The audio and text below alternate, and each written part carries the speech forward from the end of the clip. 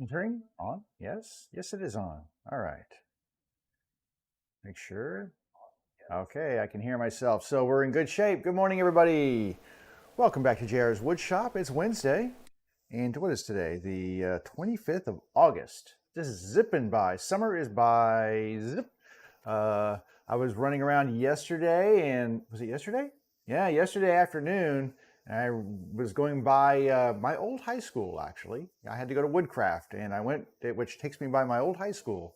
And I got there at the wrong time because school was just letting out, and I didn't realize school was actually back in session. So I think it was like the second day of school. So if you ever had kids in school, the first week or two around the pickup times and the buses and everything is freaking chaos. It just takes a little while for everybody to get in their groove. And wow, traffic was jacked up. And I had no idea it was like that. I would have avoided that time had I known, but I did not. So anyway, so yeah, school is back in session here. It's really weird because ever since I was in school as a young lad here in this area, all the way through till just like last year or the year before, maybe the year before last, we always went back to school the day after Labor Day. So Tuesday after Labor Day was always our day to be back in school.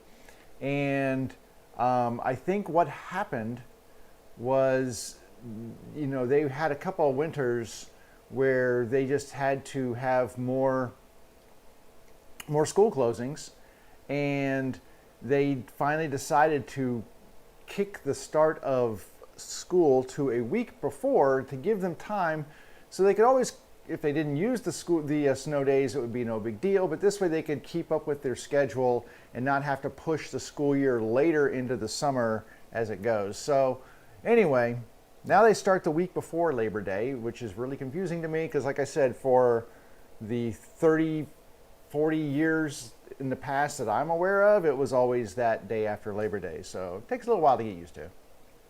Anyway, sorry, a little itchy, scratchy right there. I'm going to arrange my windows here just so that I can see all the chat windows. So if you are new here, I stream on 3 different platforms. I stream on Twitch and YouTube and Facebook. Each one of those has a chat interface, so if you want to pop in, say hi, ask questions, make comments, whatever it is, if you're going to make a comment, be nice about it. But otherwise,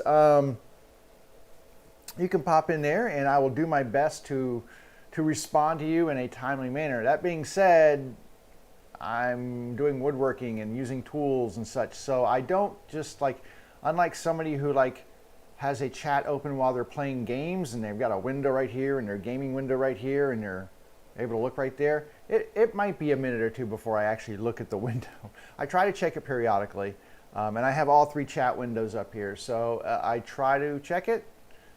But don't get mad at me if I don't see your comment right away because, well, I value my fingers, and so I pay attention to the tools I'm using when I'm doing it instead of having my eyes always on the chat screen. So, and then the other thing is, I don't get a ton of chat, so I'm not trained to constantly check it.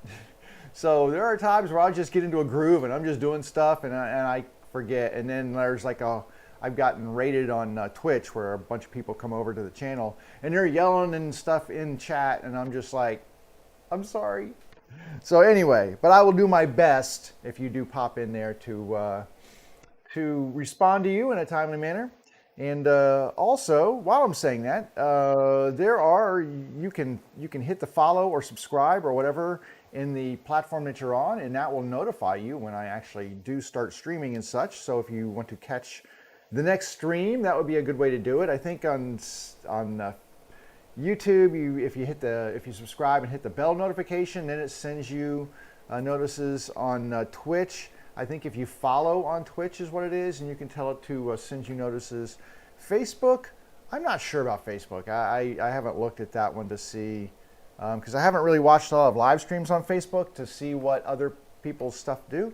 But I do have quite a few people who pop into my JR's Woodshop page, and so they can watch the stream live there as well. So it's a little bit of a technological challenge getting that set up to do on 3 different streams, but I think I've got it pretty well dialed in now. So it's not too problematic for me, and I do it as economically as possible. You can pay companies to send it out and everything else, but I do it myself, and that's the way I like it. All right, all that stuff out of the way. Let's go ahead and dig into some stuff here because if you were here on Monday, we've been working on a cutting board that I made from scrap wood. I think last week I dug into my scrap pile and found a whole bunch of offcuts from boards that I had been saving for what I didn't really know because I knew I would use them at some point in time. I just didn't know what I would use them for. And then I kind of had the inspiration to just do an offcut cutting board, and then did a lot of glue ups and made some panels of wood. And then we flipped those and we made an end grain cutting board, and it came out pretty well. And so on Monday, the plan was I made a shape to it. It's not rectangular, it's made a shape, so I can show you right here. So I made a shape to it like this, right? So it's got rounded edges instead of just flat, they're round. Is this camera on? It is on. Oh, a little janky. A little janky there. That doesn't look great, does it? I'm gonna have to, hang on a second. I'm gonna kill this camera. Well, hopefully not kill it, but turn it off. Maybe? Okay. Well, that's my GoPro, which is not behaving itself. So let me try this again. And I'm going to turn it off and then turn it back on again. Sometimes I have to reboot these things. There it goes. It's off. I'm going to turn it back on. Could take the power out of it, I think. It's probably powered up by now. All right, let's see if that's better. That's better. All right, so you can see that instead of just being plain Jane vanilla rectangular shape, I wanted to give it a little bit of flair. So what I did was I rounded these edges over on the bandsaw, and that turned out really well. I was very pleased with the way that turned out, right? And the last thing I was going to do is add a chamfer to the edge. Now a chamfer, here we go, let me get it this way, you can probably see it a little better. So a chamfer is just basically when you put a 45-degree bevel on the along an edge, and that's called a chamfer, or some people call it a chamfer with a hard CH. I think the correct pronunciation is a soft CH. So you say a chamfer, but anyway, I always feel a little British when I say it that way. Yes, we need to put a chamfer on it so it looks lovely. Anyway, I went to go put this chamfer on. I had an idea of a deep chamfer, so you can see how deep that chamfer runs, right? And that's about 3/4 of an inch. And that was my idea because I didn't want to put a handle in here, but I wanted to make this easy to pick up. And that chamfer, when this is sitting down, makes that easy to lift up. And so I was like, okay, let me use that chamfer. Well, at the time I was making that chamfer, I had this bit right here, right? So this was my chamfer bit. It's just, it's just a little 45-degree angle bit that I use in my router table. And the problem with this, and I didn't realize this until I was cutting, I just kept going, oh, well, I can just raise the bit and make that chamfer go up higher and higher and climb till I get it to the depth that I want, right?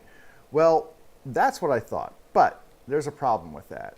And that problem is that this only cuts a chamfer that is, let me get this correct here, probably right there, but that's close, a 1/2 inch. So this only cuts a 1/2 inch tall chamfer. And that's due to the fact that the blade runs out right here. So if you measure from the bottom of that blade to the top of the blade, but like this, that gives you a 1/2 inch. Now that blade is a little bit longer, so that blade is, I don't know how long that blade is. I can measure it here. Let me see if I can measure this blade here. The blade's a little longer. You know, it's a triangle, right? So it's about, really? 43/64 or something, 11/16 long. It's about 11/16 long. That 11/16 gives you a maximum 45-degree cut of 1/2 inch. I didn't realize that, so as I'm going and raising this thing up, I went beyond the bottom, and as it's pushing in, it made this little lip thing. It was disgusting and gross. Go back and watch Monday's episode if you want to see how horrible that was. Anyway, I had the wrong tool for the job that I wanted to cut. If I was doing this, if this was all square sides, right, if this was not rounded on the edge, I could have just used my table saw, tilted the blade at a 45, and then made the cuts really easy. That's generally the way I could do it on, you know, a straight square piece of wood, because it has nice straight sides. But because this end is beveled, or not beveled, but is rounded, there's no way for me to do this cut right here on the, I can't do this cut on the table saw, not keep all my fingers intact. So I had to figure out a way to do this, and the way that I figured out was to hop online and look and see how big of a chamfer bit can I get, because obviously the one I had right here was just a little bit inadequate for the job that I wanted to do. And as I started looking, I found one from Whiteside that is a 45-degree angle 1/2 inch shank with a 3/4 inch cutting height. The cutting length is 1 1/16 inches, and the overall length is 2.5 inches. That information that I just read to you is much more information than is actually located on any of the websites when I was trying to actually figure it out. So I had to kind of figure out, well, how big can I go? Because I was trying to see how deep is this. But this actually gives you a 3/4 inch cut. It's a huge bit. Let me get up in here and measure this bad boy. Should be about 3/4 of an inch there. Where are you, 3/4 of an inch? Move down here. Actually, it's a little longer than 3/4. It'll actually cut a little bit higher than 3/4 of an inch. Not much, but just a tad more than 3/4, which is good, because if you're going right at 3/4 and your board is just a tiny bit thicker, you could be in trouble. But this thing, let me get the other camera here again. This thing is mammoth. It is a huge bit.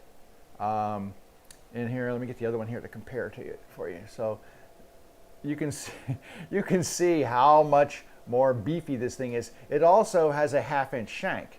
So the shank down here, this has a 1/4 inch shank, which is fine because you're not cutting that much wood. This thing is removing a lot of material, and it really needs the stoutness of that 1/2 inch shank right here. So this thing is massive. It is made by Whiteside. Whiteside makes fantastic router bits. They're really high quality. I've never been disappointed by a Whiteside bit. Now, the thing is, when I was looking these up on the internet, I found it on eBay. I found it on Amazon, and I could have gotten it delivered in one day, because I did this on Monday afternoon. And I was like, oh, I can get this tomorrow. But I also like to buy locally if I can. So I said, well, let me just take a peek at my woodcraft store and see if they have it in stock. It said on the website, few in stock, call to verify, or something like that. And the guy's like, yeah, everything on the website says that. I was like, okay. But I had to be in that area anyway, so I figured, you know what? I'll just run by and see if they have it. And lo and behold, they had one left. This is part number 2306. And they had one left. It was the same price I could have gotten it on Amazon or whatever.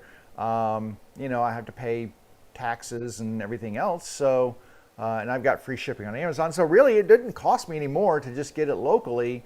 I had it in hand. So I got to support my local store, my local woodworking store, which was nice. I say local, it's about 45 minutes from my house, 40 minutes. But anyway, I do like the woodcraft store, and they're really super nice guys there. So I brought this home and popped it into my router table and cleaned up the monstrosity that was the first cuts I made with that other bit that really messed this up. And then I finished up all the sides and got these to that nice deep 3/4 inch. So this right here is 3/4 of an inch. If I kind of just measure from the bottom to the top of that chamfer, 3/4 of an inch, which is perfect. You can use this if you want to make a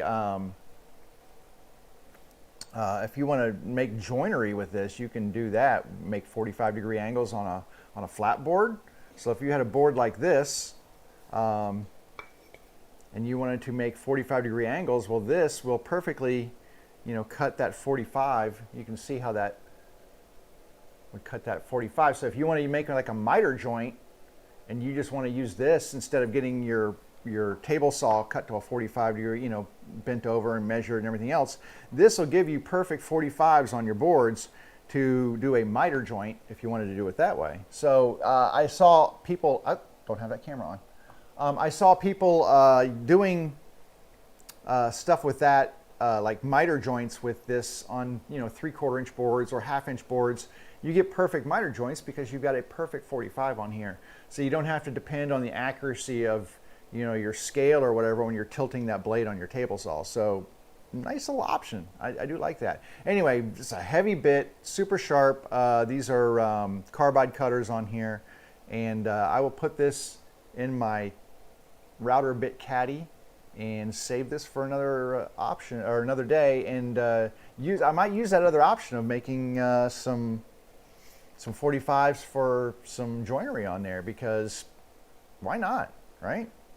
It's pretty cool. I don't use miter cuts for typically for my sewing machine bases and things like that, but I could typically if I do stuff like that, because generally when you do a miter joint, like if you're doing boards, like I've got a board here like this board, and I'm going to have another board coming into it, and you do a miter joint, which is you cut the 45s and you glue those together, right? Problem is that's not a very, it's end grain to end grain is generally what you're looking at, and that is not a great gluing combination. So when you do that, much like a picture frame, you have to do splines. So generally when I do something like that, I'm going to put splines in there, and then I'll use the splines as a decorative touch as well. It gives stability to the joint when you do a spline, and I have a special little spline jig right here that you can see. I do this for boxes and stuff that I use miter joints, and it just fits over my table saw fence, and then I slide it across the blade here. The box or whatever it is kind of fits down and sits underneath these two pieces right here, these wings, and cuts right here, cuts my little spline. So I use this as a spline cutting jig, but if I was going to do miter joints, I would definitely use splines, because it adds, like I said, it adds some stability and structural soundness to that miter joint. Because otherwise, unless you're doing, I don't know when you do a miter joint that wasn't end grain, and end grain just does not like to glue to itself really well. So, hang on a second. Anyway.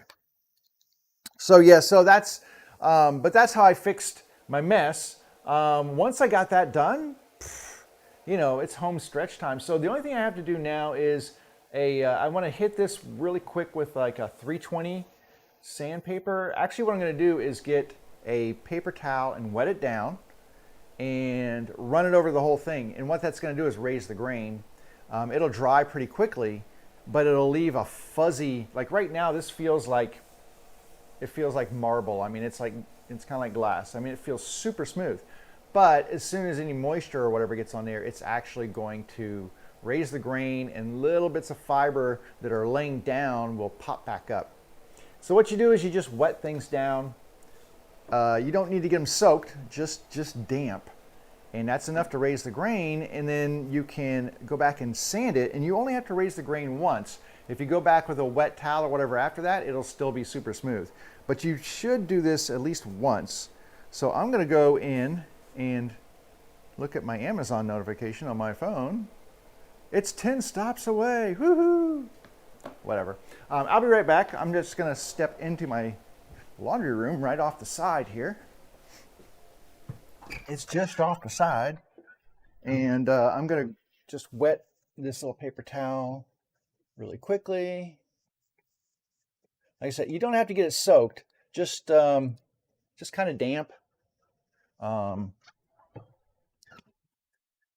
then just run it over the wood surfaces. And you can do this on pretty much any wood, but I'm just going to run this over the top of it, just like this.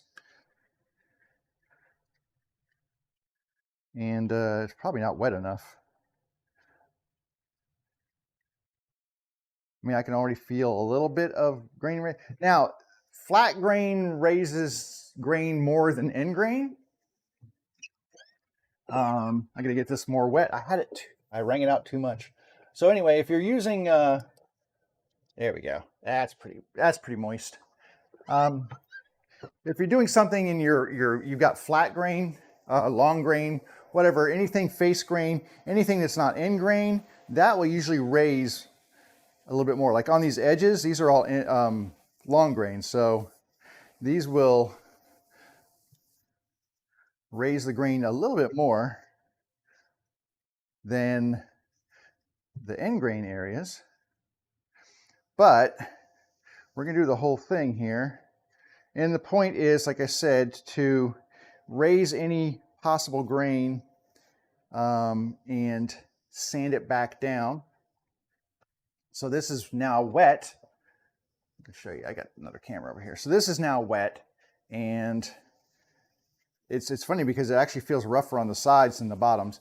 But I'm going to pop this up just on these little painting pyramids and let that dry. I actually have a fan behind me here that is kind of blowing in that direction, and that will dry that. It'll dry out pretty quickly. Although the funny thing is the end grain sucks that water in. So,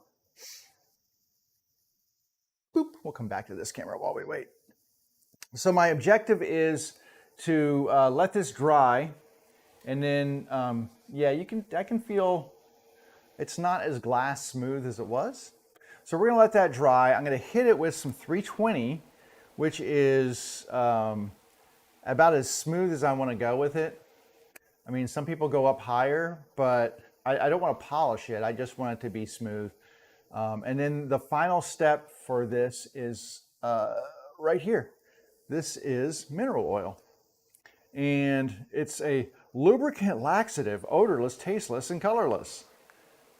That ain't what we're using it for. There are like Howard's, who makes finishes for wood, makes a specific treatment for cutting boards and for butcher block. And the funny thing is, I'm actually going to look this up real quick. Howard's butcher block. I think it's butcher block. Butcher, I'll just call it Howard's butcher and see if that comes up. Yeah, so butcher block conditioner, they make two different things. So they make a butcher block conditioner, and then they make a, let's see what else they make. And then they make a cutting board oil. Okay, so they make two different things. We would use the Howard's cutting board oil because that, honestly, is all that is mineral oil. But they repackage it in their own thing, and they charge you, oh my God, much more. Let's see here. I'm going to go to Amazon, and because, you know, it's Amazon.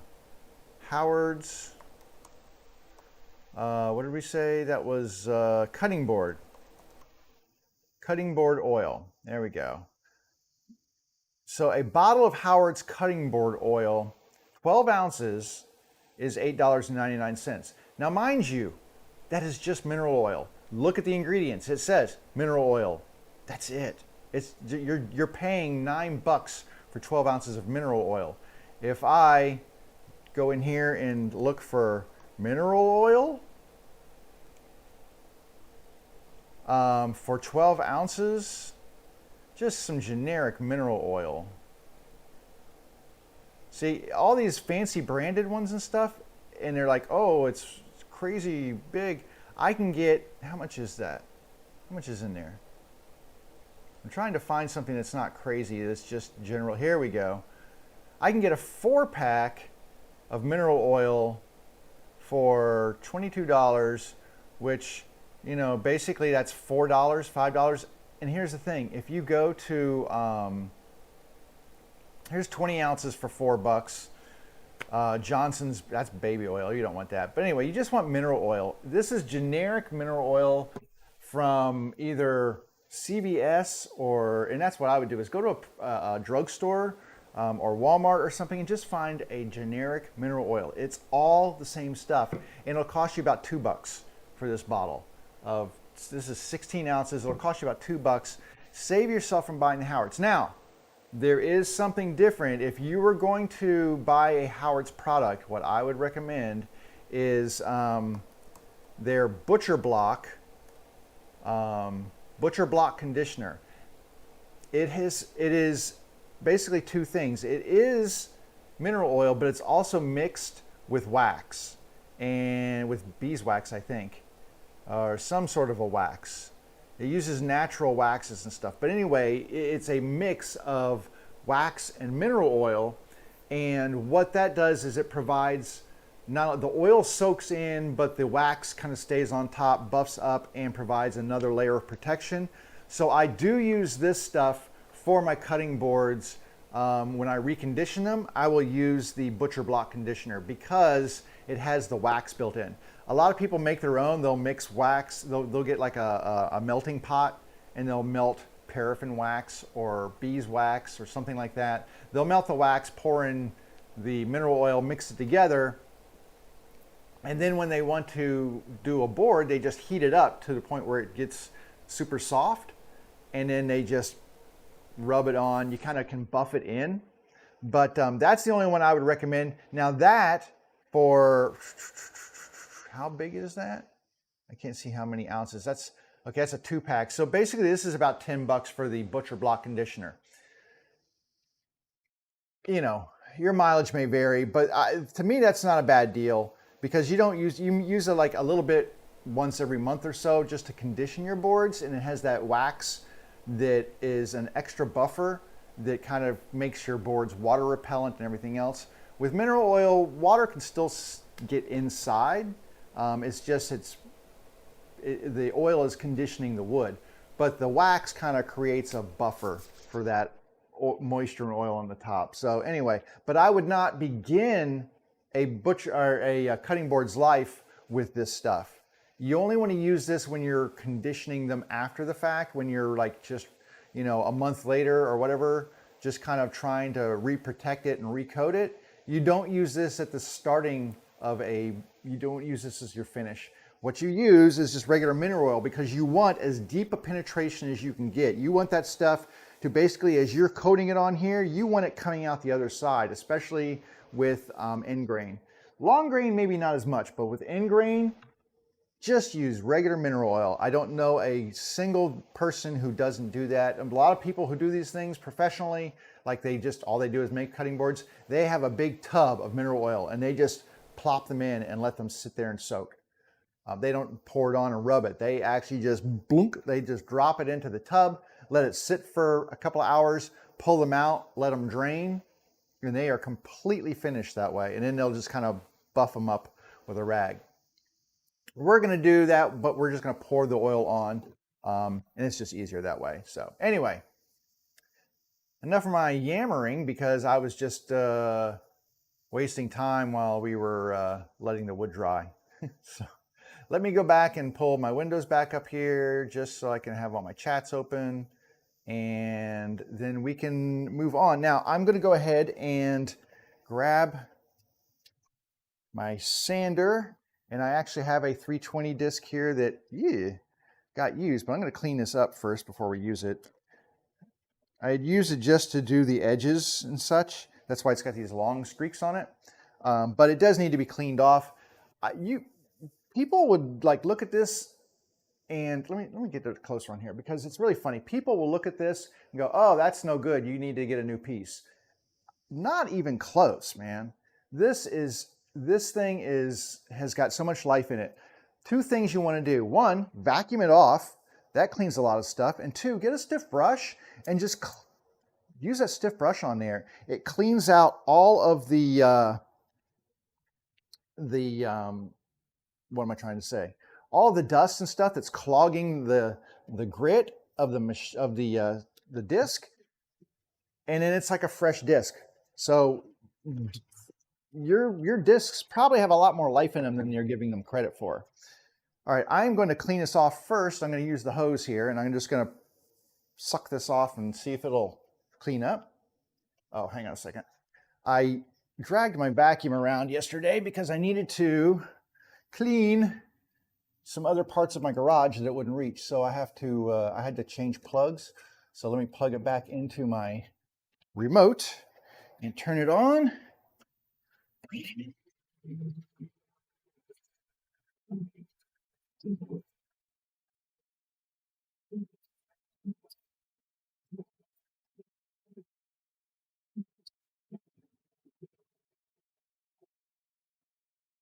Okay, that got a lot of that off, but I'm going to go ahead and hit it with this brush right here.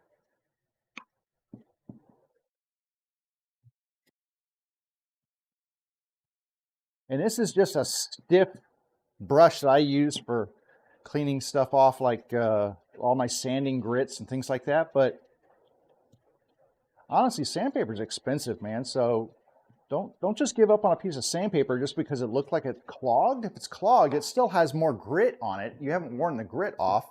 Look how clean that is now. All you've done is basically just clogged it up, and it needs to be cleaned off. So that's simple.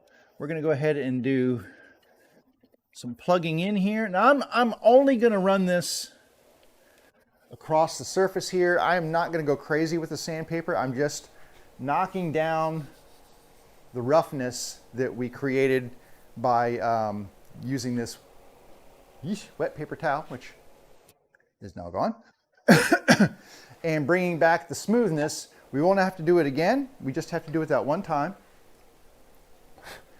And then from there, we can go straight into sanding. So, or not sanding, but oiling. We are going to sand. So let me grab my ears here. I'm a little disorganized. I'm going to take it off of the pyramids. It should be dry on the bottom as well. So it is completely dry now on both sides, which is what you want. And some people use a ton of water. They will like really just douse their wood and stuff. I don't see the need to do that because I'm getting the effect that I want, which is, especially like this edge right here, that feels really rough now, and it was super smooth. And all I did was just run that moist towel over top of it just to put some water on here. So you don't have to go crazy with the water. Some people do, I don't know why, but anywho. All right, I have dust collection hooked up. I have power on here. So let's go ahead, and I'm just gonna, like I said, just smooth this out with this 320, and then we'll be done.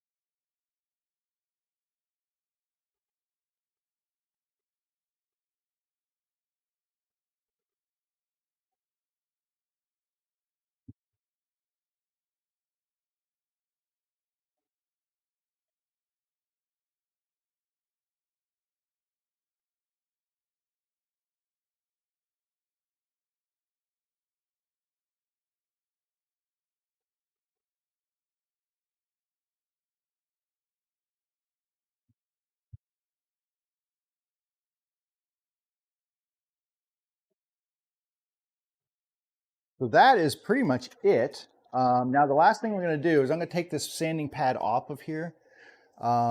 It's still a little dirty. I might just give it a little brush here. And like I said, just hitting it with a brush, it's amazing how much of that stuff you can clean off. But anyway, it's a little bit cleaner. All I'm going to do is hit these edges, and I'm going to just use my hand. I'm just going to fold this in half and just kind of, because I want these to be not sharp. I just want them to be nice and smooth. But it's hard to do that with the actual sander. So I'm just going across these edges and making sure that they feel really nice. And, you know, using my, and you can see that's where the little straight lines come from. But I just want those edges to feel really good. Buttery smooth. But the nice thing about this is because it's a cutting board, it will get wet. And by raising that grain, we know that we're not going to be damaging it down the road by getting it wet, because that grain will not raise again. So right there. Let's see. There we go. And we get these last little edges here.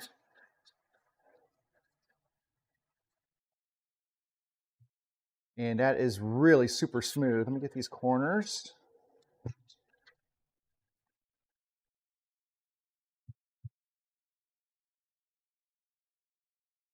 I mean, the edges, the lines are still there, and they're still defined, but now they're just not sharp.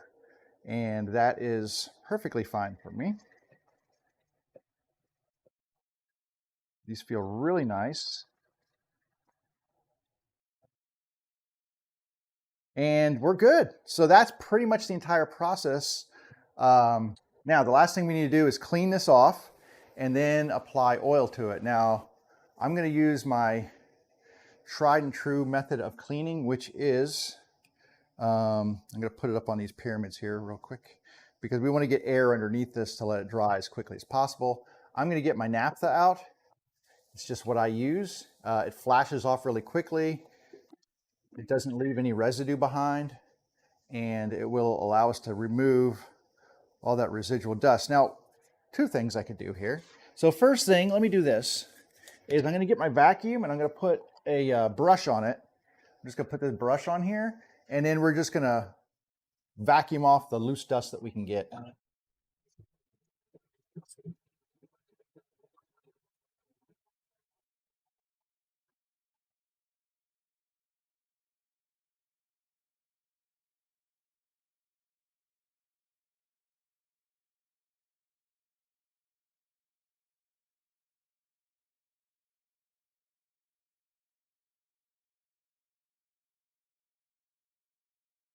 Okay, and basically that just gets kind of like the big dust off. There's still a little bit, like if I rub my hands on, I still have a little bit of dust coming up on my fingers, and that's where the naphtha is going to come into play.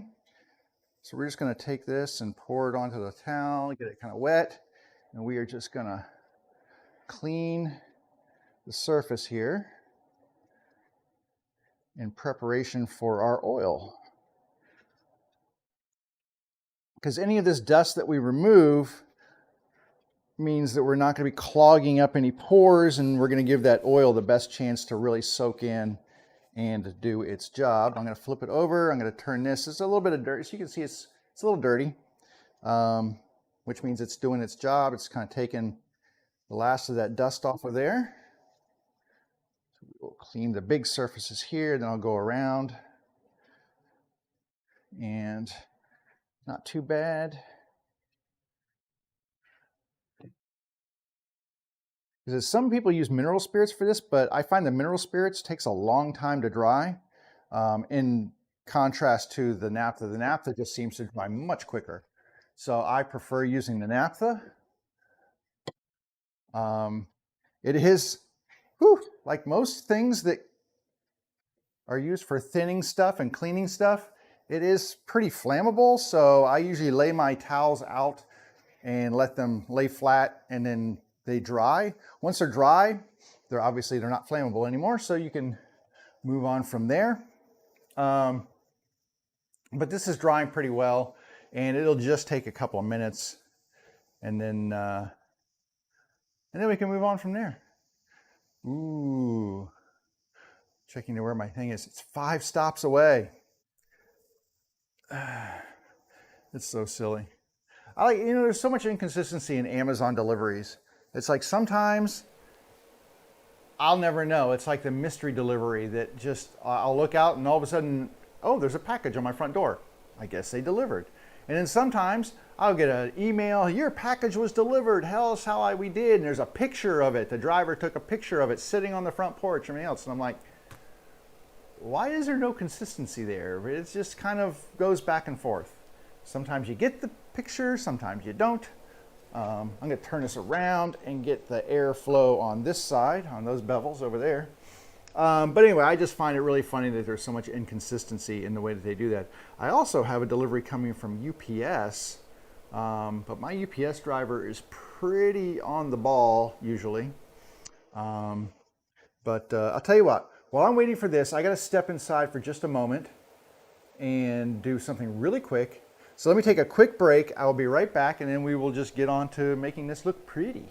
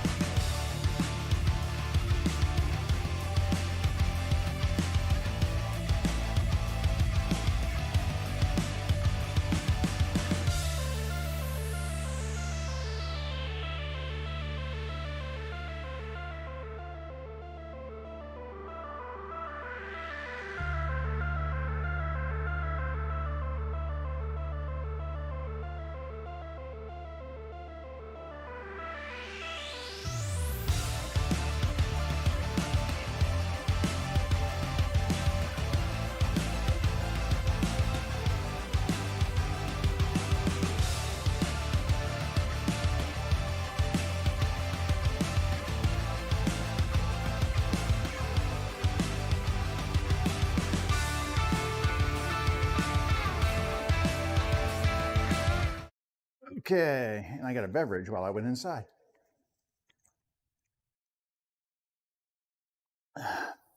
Because it's not crazy hot yet, but it will be. We're 0.8 degrees away from being 80 degrees. I don't know what that is in Celsius, but it's warm, just like it's warm here. So, and my package is how many stops away now? Ooh, still says 5 stops away. Anyway, but you know what we do have is a nice dry board over here. So I think what we're going to do now, I'm going to pick these up and I'm going to put down a piece of cardboard down here. I don't want to get oil all over my little rubber mat there that I use for sanding. So I'm going to put this down. It's just a piece of cardboard. Thank you, United States Postal Service, for your donation to my wood shop. It was already used, so it's already served a purpose, and it's being recycled now for another purpose. So, you know, we're just trying to keep things out of the landfill here. Yeah, but see, now I rub my hand on here and I get no dust off on my mitts, which is a good thing. I do need some paper towels here, just a little bit, not a lot, but I do need a couple. You just get a couple paper towels here. As always, I use the blue shop towels. I think these are the best. I think they're made by Scott, but these are the best shop towels ever, paper towels, in my opinion. And I know a lot of people, other people's opinions too. So I'm going to take this oil. I just punched a little hole in the foil top here because I don't need to pour out tons of it. I'm going to fold one of these into like an applicator pad because it will get nice and wet. Now, the nice thing about the mineral oil is I don't have to wear gloves. I can, but the oil doesn't hurt your hands and it doesn't smell or anything, so I'm not going to put gloves on right now. And you can see I just dumped a whole bunch on there, right? And all I'm going to do is swirl it around, and it's going to start soaking in pretty quickly because, well, this is end grain. End grain is like a bunch of straws pointed at you. So imagine you've got just a whole thing of straws and you pour liquid on top, it just runs through the straw, right? And that's what's happening here. All of this oil is running into all of that grain, and in places where it's crazy how fast it soaks in. So let me get this finished here on this one coat, and I'm just going to show you. I got a close-up on this one for you because it's amazing how fast. First time I did this, I was just shocked. I've just covered this thing in oil, and you can see where there's still a little bit of some wet places, but for the most part, look at that. I'm trying to get the light to shine on it. For the most part, it's soaked all the way in. Now the other thing is you'll start to see on the other side as this thing gets saturated, you will start to see oil coming through, and that's how you know that you've got it pretty well covered, is when you start getting oil coming out the other side of the board. That means it's soaked all the way through and you've got penetration. So I'm just going to pour a bunch more on here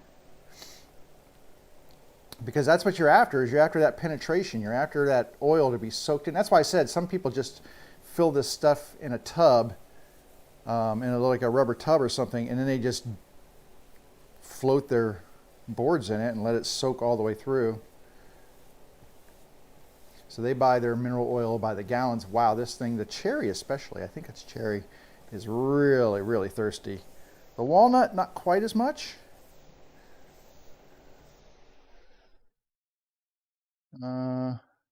Maple, also thirsty. So I'm just going to keep pouring it on, and it's soaking in just as fast as I'm pouring it on there. It is soaking in, and really the thing is you want to do this until it really doesn't want to soak in anymore. So you should still have oil on the surface when you're done. But this is a very thick board, so this is going to take a little while to soak in. I'm just running around the edge here. You'll have some places that stay wet where it just doesn't want to soak in as much, but some of these boards are thirstier than others. It's staying pretty wet up in some of these areas. But yeah, some of this is just, it's amazing how fast it's just sucking right into the wood. Let me just look at the other side. Okay, now, here's what I'm talking about. If you can see right here, see these wet looking patches on these two? That's where the oil has soaked all the way through to this side. And we're kind of after that on the whole thing here. So we're just going to keep doing this. But that's, I think these two, because now I have oil up on top of these two that's not soaking in. And that's how I know that these are pretty saturated. But we're just going to keep going at it here and pushing a lot of oil around. So don't be afraid to get these things really wet, because A, you're not going to hurt anything because it's mineral oil and it's not going to hurt anything. B, you know, that's your whole goal, is to get these things super saturated. And plus it's fun. It's kind of cool to watch the oil as it soaks in. I think these soaked in fast because these are oak, and the oak has really open pores. I mean, it's one of the most open pore woods that I use. And so when you do a cutting board with oak in it, man, it sucks that oil all the way through to the other side. It's like an express lane. Now getting more. Most of it's the oak still. So I might flip this over in a minute and hit it from the other side. But I'm just going to run another big giant squeeze of stuff up on here. A lot of the cherry, man, the cherry really is soaking this stuff up really well.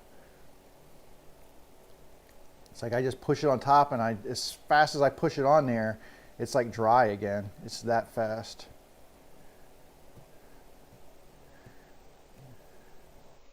And I'll just keep pushing it onto those wet parts, or the dry parts, I mean. Pushing the wet onto the dry, trying to get that to soak in.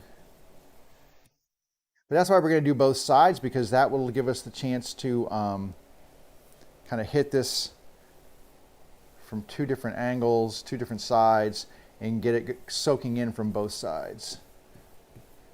Now these are starting to get full. I'm seeing moisture on the top of these, on some of these. So they are filling up on this side now. All right, and then some of these are really saturated. So I'm going to flip this over now. And I can also do the bevels now as well, because these bevels are also going to do the same thing, because they're also in grain.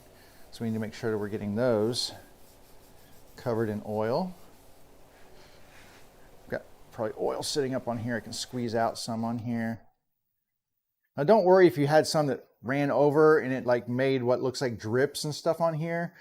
That's just because there's some of it is more wet than others, but by the time you're done, it's all going to be the same amount of saturation, so you won't see any discoloration or runs or drips anymore. I mean, this is not stained. That's the nice thing. There's no color to this. It's completely transparent. So you're not coloring the wood. All you're doing is getting it wet.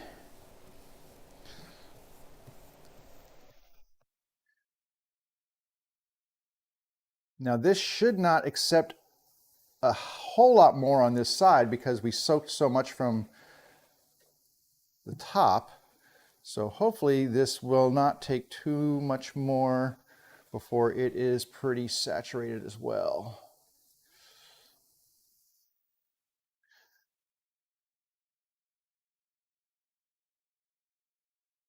But yeah, if you've never made one of these before, I highly recommend it.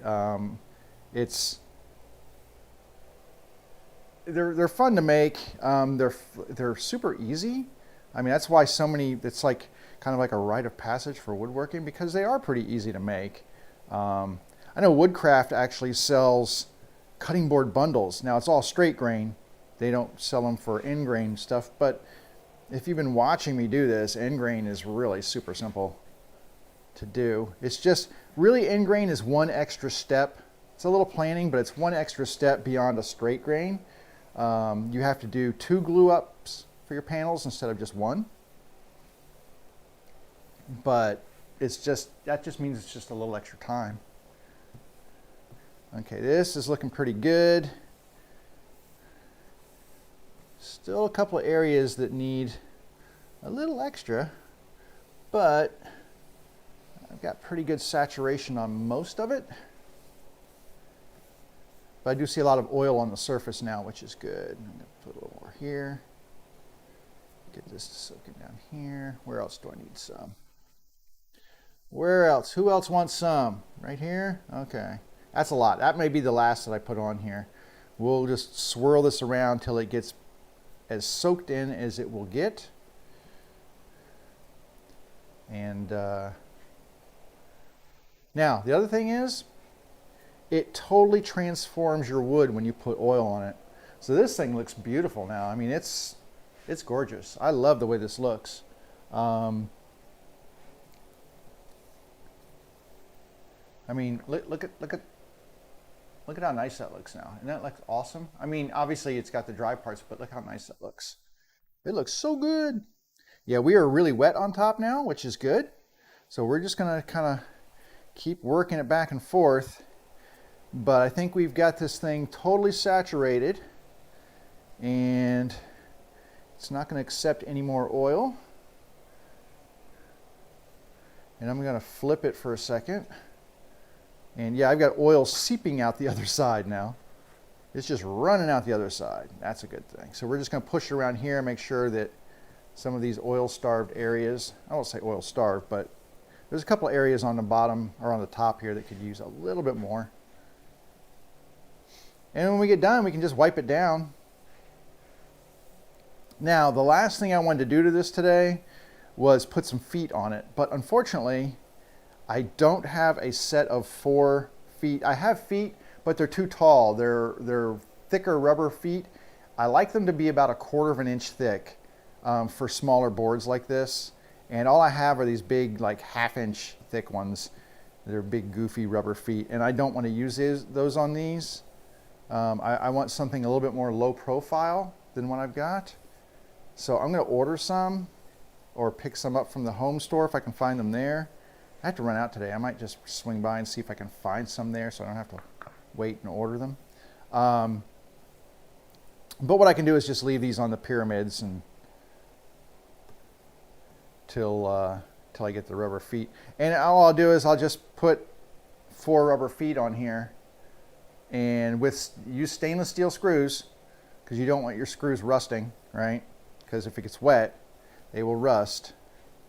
But yeah, I'm gonna get some like 1/4 inch thick rubber feet by, I think they're like maybe 3/4 of an inch in diameter. So they look really nice, kind of low profile, but it keeps it off of the countertop. So it's not sitting directly on the countertop. It gives it a little bit more grip so it won't slide around underneath you when you're using it. That is, we're gonna call that done. I'm gonna take my little towel and just hang it over my garbage can here and let it just kind of dry a little bit. It's got oil, mineral oil, so, you know, natural oils, you want to make sure that you kind of let your towels dry out when you're using natural oils. Tung oil, boiled linseed oil, probably not mineral oil, but I don't like to take chances. But any of those natural oil products, you do not want to wad up your towels and put them in the garbage, because they can combust on their own with no help from anyone else. It's a scary thought, isn't it? But it can happen. I mean, if you don't believe me, look it up on YouTube. I'm sure there's like a bunch of people have tried the experiment. And I have a friend of mine who has a background in, I think, fire safety and such. And he was like, yep. He's like, you never want to wad those things up and put them in the garbage. So just lay them out, let things dry up a little bit, and then you can throw them away. I was like, cool. All right, I'm just gonna dry this down a little bit here. It's still gonna wick moisture out for a while because I did get it so thick. My little feet are too far away. There we go. But I'm just gonna sop up the extra here. All I'm doing is wiping up the excess. It'll continue to wick oil out and drain the pores, so to speak, for a while. But that's what we want. We want to just keep, wiping off the excess. And but this looks beautiful. I am really super happy with the way this turned out. Be happier if I could keep the feet underneath it. Very happy with the way this turned out. For scrap wood, this is going to make a very lovely present for somebody. I don't know who. It's one of those things where you just kind of keep on the thing and it's like, oh, we've got a wedding to go to, or, somebody had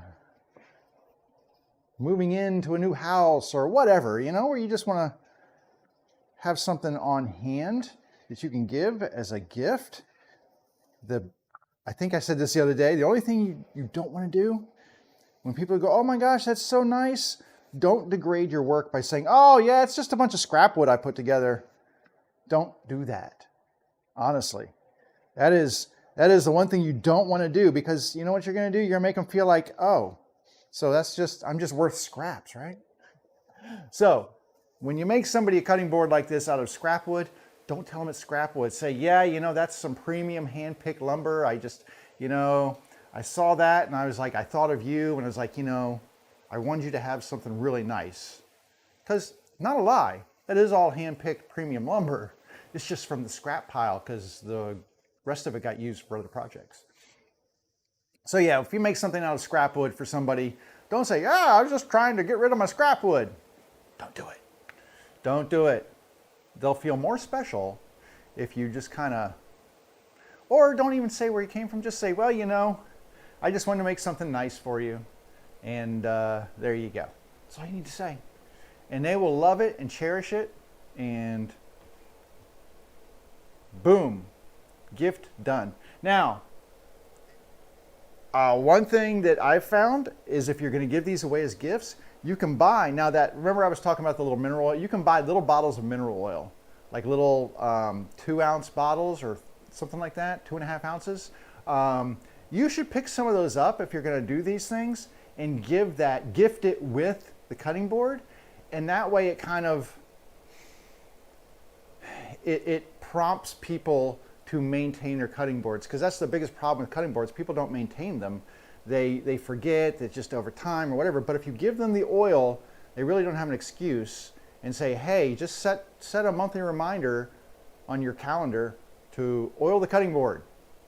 And you know, that way they'll remember, they'll put a few drops on there, they'll just rub it in, and this thing will maintain its beauty forever. Well, not ever, but really, end-grain cutting boards are generational. I've got one in there that I made that's basically almost 2 inches thick. I think it was 1.75 inches. It's huge. I had it out the other day. I brought it out here. It's made out of cherry and walnut. It's a beast of a board. I'm expecting that at some point in time my kids will have that board, and then their kids will have that board. As long as it's taken care of, end-grain cutting boards last a really long time. If you don't believe me, go look up butcher blocks, like antique butcher blocks. It's the same principle, and they may be worn down from use over the years, but they're still viable and usable, because if you maintain them, end-grain stuff just holds up so much better than long-grain cutting boards. So that's my advice, is maintain those cutting boards, give some oil with the board. You can buy, like I said, little, if you want to buy the Howards, it's really nice, the cutting board oil. You can buy it in small bottles. It looks a little nicer that way. Hey, I'm the next stop. That's awesome. Yeah, it looks a little nicer, and it will, you know, just kind of dress things up. And then, you know, you've spent $2, $3, whatever that little bottle costs, as opposed to no bucks, because this was stuff that was going to the burn pile. Yeah, I like it. I love doing things like this. And now I've got a spam call from Emporia, Virginia. I'm sorry. I don't know anybody in Emporia, Virginia, so if you would like to leave me a message, please do so as I hang up on you.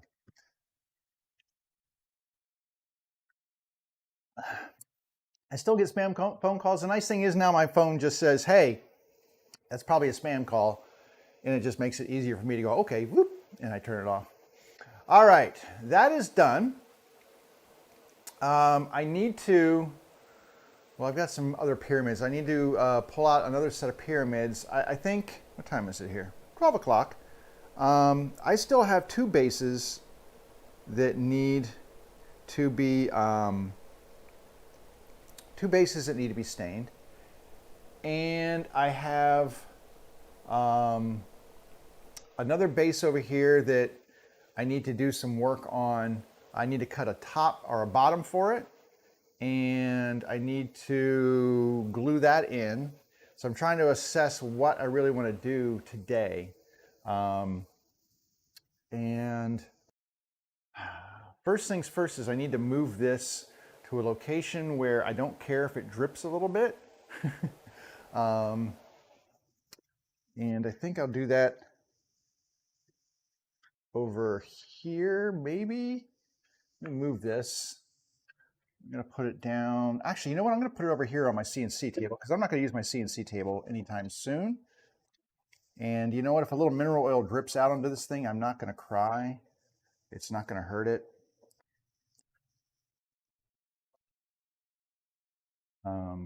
It should be okay. Is that? I'll flip it over a little bit here. There we go. I just kind of flip it periodically and let the oil kind of settle. That looks so pretty though. I wish I had a little bit more. I wish I had one more strip of walnut in there. That would have been really nice. I think that would have looked really good. But you know, I used the wood I had, and I'm not bummed about it. It looks great.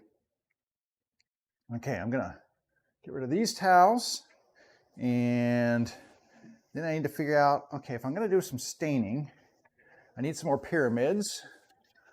So I've got another set of pyramids over here.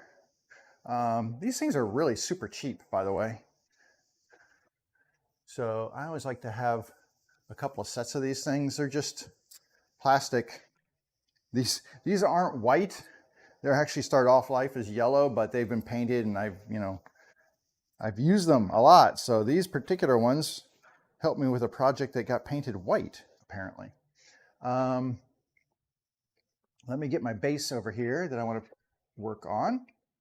And I apologize. I know this is not necessarily the most exciting thing you're going to see, but you know what? This is part of our woodworking process. Sad but true, we must do finishing.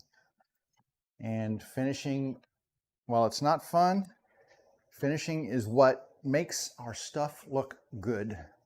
All right, give me a second. I got to run out. I got a package that just got delivered. I don't want any porch bandits grabbing it, so hang on.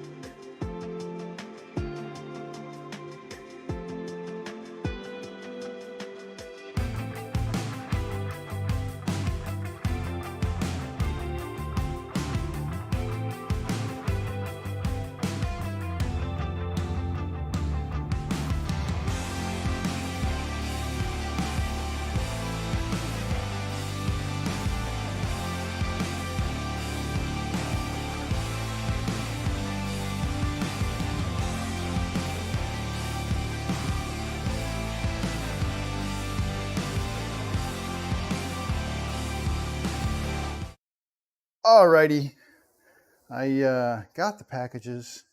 Now, where was I? It's over here. Just turn on the messages here. I'm going to clean this up because, like I said, we just used our oil over here, and I'm not going to use oil on this, but I just want to make sure I get everything kind of cleaned up and out of the way here. I'm going to get my naphtha, and because this has been sitting around, it's probably a little dusty. And you know what? Hang on a second. I'm going to get a different piece of wood, because if I happen to set this down and it sets in the oil, well, now I've got a bigger problem, because then I'm going to have an oil trying to mix with my stain, and that will not be a good look for me. I have another piece of cardboard wandering around here. I don't know where I put it. Where did I put you, piece of cardboard? Shoot. Shoot. All right, hang on. Let me go find a different piece of cardboard. Is this it? That's a big piece. Do I want a piece that big? I don't know. Here's a big, okay. I used this one for painting once before and such, so we'll use this. It's fine. The big thing is, like I said, if I set this down on the cover, I don't want it to have oil that'll soak into my wood right away, and then that will inhibit the stain from soaking in, and just it goes from bad to worse. So yeah. All right, I'm gonna clean this up really quick. It's gonna be just like the last, like when we did the cutting board. This will actually probably flash off dry a little bit faster because there's really no end grain here, just a tiny bit of end grain. But make sure all the little things are out of here. And by little things, I mean spiders, these tiny little niblets of spiders that I get in my shop, which drive me crazy and string their little webs of annoyance all over my shop. Yeah, I hate those things. They are everywhere. It's like, oh, you could spray for them. I'm like, I don't want to fog my workshop because I just don't want to do that. But man, do I have a lot of those little tiny little spiders. And man, they are industrious little creatures. They are forever stringing up little bits of cobweb and stuff all over the place. They are truly industrious and freaking annoying. All right, let me get all the little dust out that I can here. Clean this off as best I can. And just have to do the bottom really quick. So it doesn't have to be super good. I'm just trying to get any of the dust pretty much out of here. And make sure you get the corners because dust likes corners. All right. So really all I have to do now is let that dry. Speaking of letting it dry, I'm going to hang this naphtha towel out here. And what if I turned this camera on and pointed it over here? Wonder how that view would look. I'm just checking out a new camera view, so give me a second here. I have to widen out a little bit. That's actually not too bad. I can give you that view as well. So we can switch between views. I've got that view, and then I've got that view. 6 of one, half dozen of the other kind of thing. And I don't need my remote. Don't need a ruler. I don't need tape. At least not at the moment. All right. What I do need is my stain, which I've got over here. So this is the Varathane Premium Wood Stain. The color I use for dark staining of cherry is Kona. It gives a nice rich brown color, almost like a walnut. So that's what I experimented with a whole bunch of different stuff for cherry, and this is the stuff that I like the best. It does, to me, one of the best jobs of covering the, I won't say covering, but really changing it to a nice, rich, dark brown color, which is much more of a traditional kind of a look to sewing machine bases and such. So a lot of them, they just have this rich, dark brown color to them. So hang on a second. This doesn't need to be inside there. So set that to the side for a moment. Now we're here. I'm going to move these out of the way a minute. Just get everything set up. And really all I'm doing is waiting for the naphtha to dry off, which it's almost all gone.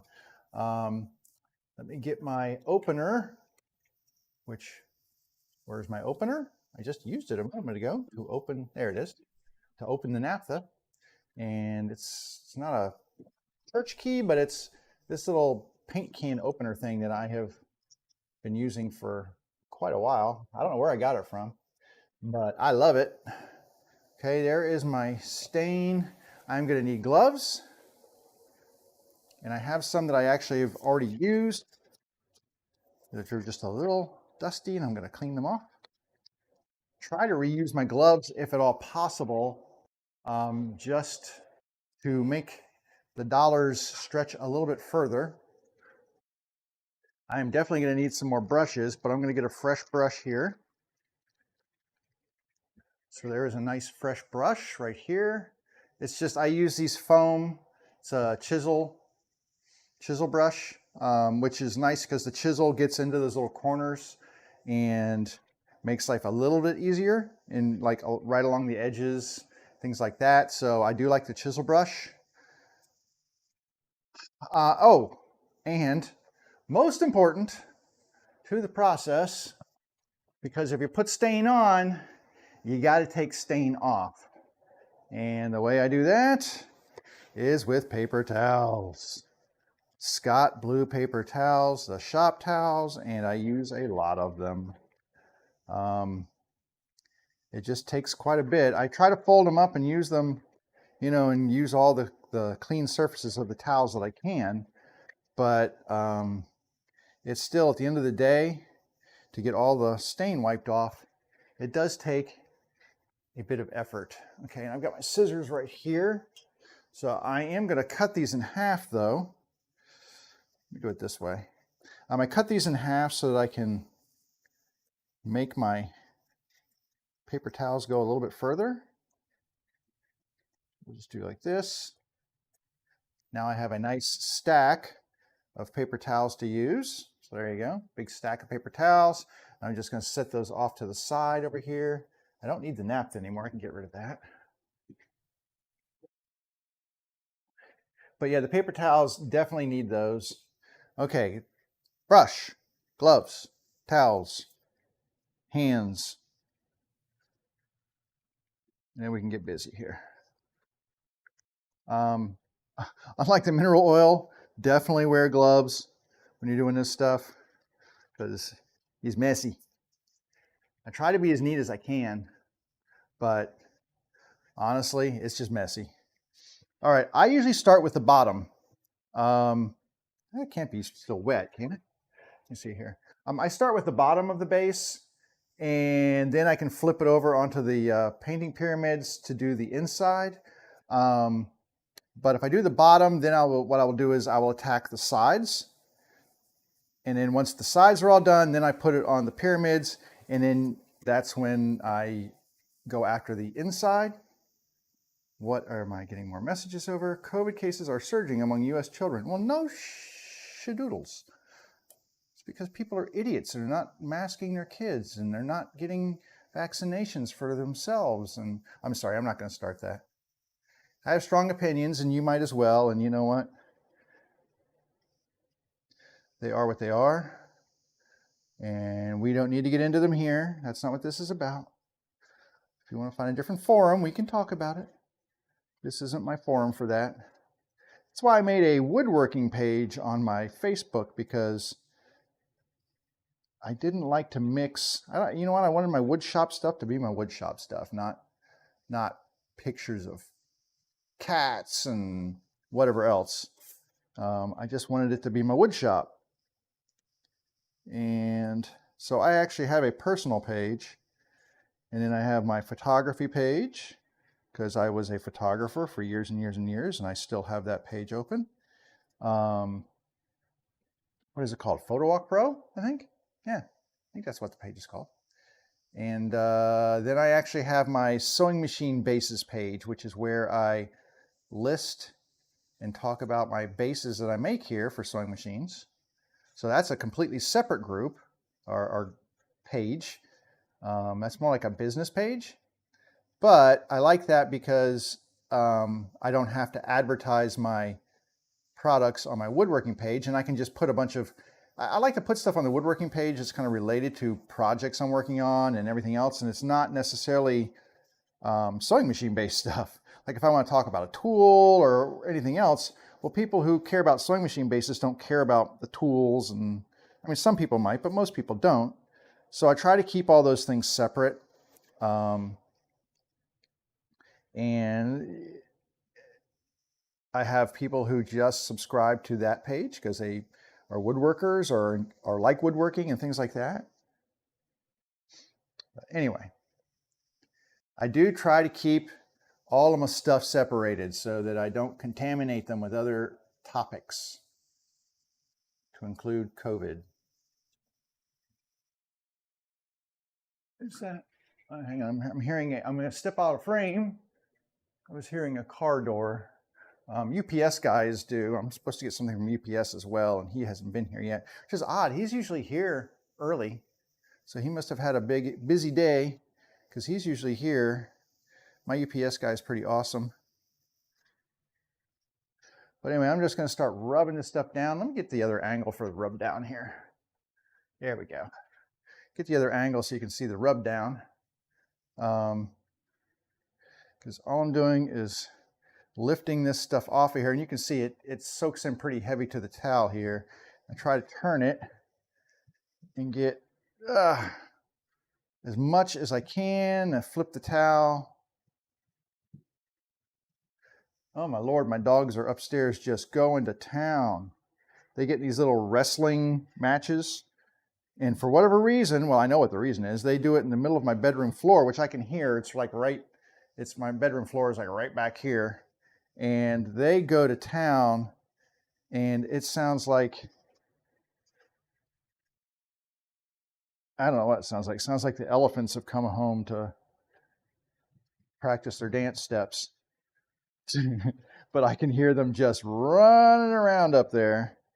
Well, they like it. I know why, because my bedroom floor is quite large and open, and they can do some serious goofing off in there. Speaking of serious goofing off, that's what I'm doing right here. I'm just wiping this stuff off, trying to remove it as best I can. The plywood, I'm not really concerned about the plywood. It is what it is. I just want to make sure that I get all the stain off of here. I stain it because it just doesn't look good unless I do.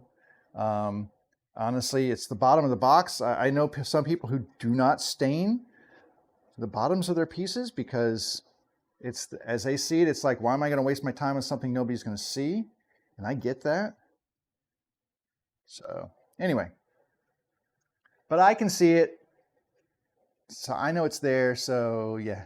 So here's what I mean. It's like this rag is pretty much soaked and saturated now with stuff. So I'm going to throw it on the floor onto, hang on a second. I don't want to throw it, excuse me, directly on the floor because that will get it stuff on my floor there. So let me find, there we go, a little piece of plywood right here. I'm just going to put that down so I can throw my towels on top of it and not stain my garage floor. I'm sorry, my shop floor. Is that what I meant? My shop floor. All right, now we can get on to actually doing the pretty parts, as I like to call them. So this is the front piece right here. And the nice thing I like about this stain is you really need just one, it's a one coat stain. You put it on, you wipe it off, and you're done. You don't have to come back and do more. It coats in one, it's dry pretty much to the touch in an hour. What do they say? It's like 3 times faster. Dries in 1 hour, achieves color in 1 coat. Covers 75% more. They're not wrong. I will say that is pretty accurate statement on their part. I've found that to be the case. That usually I get full coverage. To work on these handles here, but full coverage in one pass. Whoa! All right, now see, I still have a dry side down below, so I can set that down. I'll do this side. So I do one end, then the other end. Well, I do the one large face, and I'll do the 2 ends. Then I'll wipe them down, and then I'll flip it over once those have been cleaned off, and then do the other long edge. It's kind of the way I have always done it. There's probably better ways to do it, but that's my way. And get this all good in the neighborhood. Oh, make sure there's no unstained portions hiding from me. Okay, time for another towel. And I just, basically I turn them over like this, and I fold them in half again, and then I fold them in half this way, and I just start swiping like this, and like this. Now, this is not too bad here. I like the way this looks on here. This is a nice, this was a nice piece of wood. It really kind of has a nice cathedral grain to it, and it soaked up, get that little bit off the edge here. It soaked up a bit more stain into some of that cathedral pattern and really makes it, you can see where it really kind of stands out. So that looks really nice.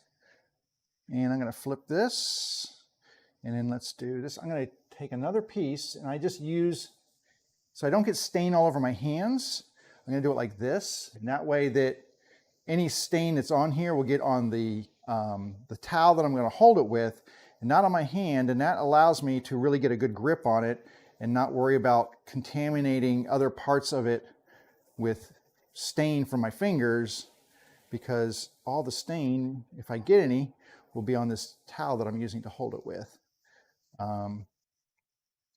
So once again, just little things I've kind of, ways that I've learned to do things over time that have proven to be best practice for me.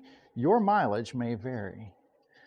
And then just make sure that you've got any residual dark stain, any blotches or splotches or places, make sure you get them all. That looks pretty good. I'm gonna do the same thing over here. I'm gonna take this and flip it around, and we're gonna clean this side off.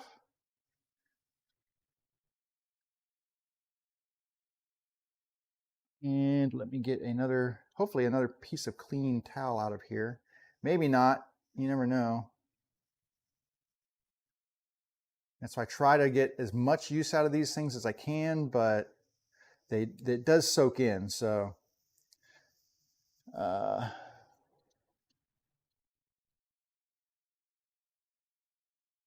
does soak in. Now let me get in here.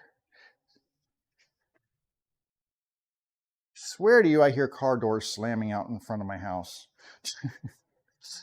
which is really weird.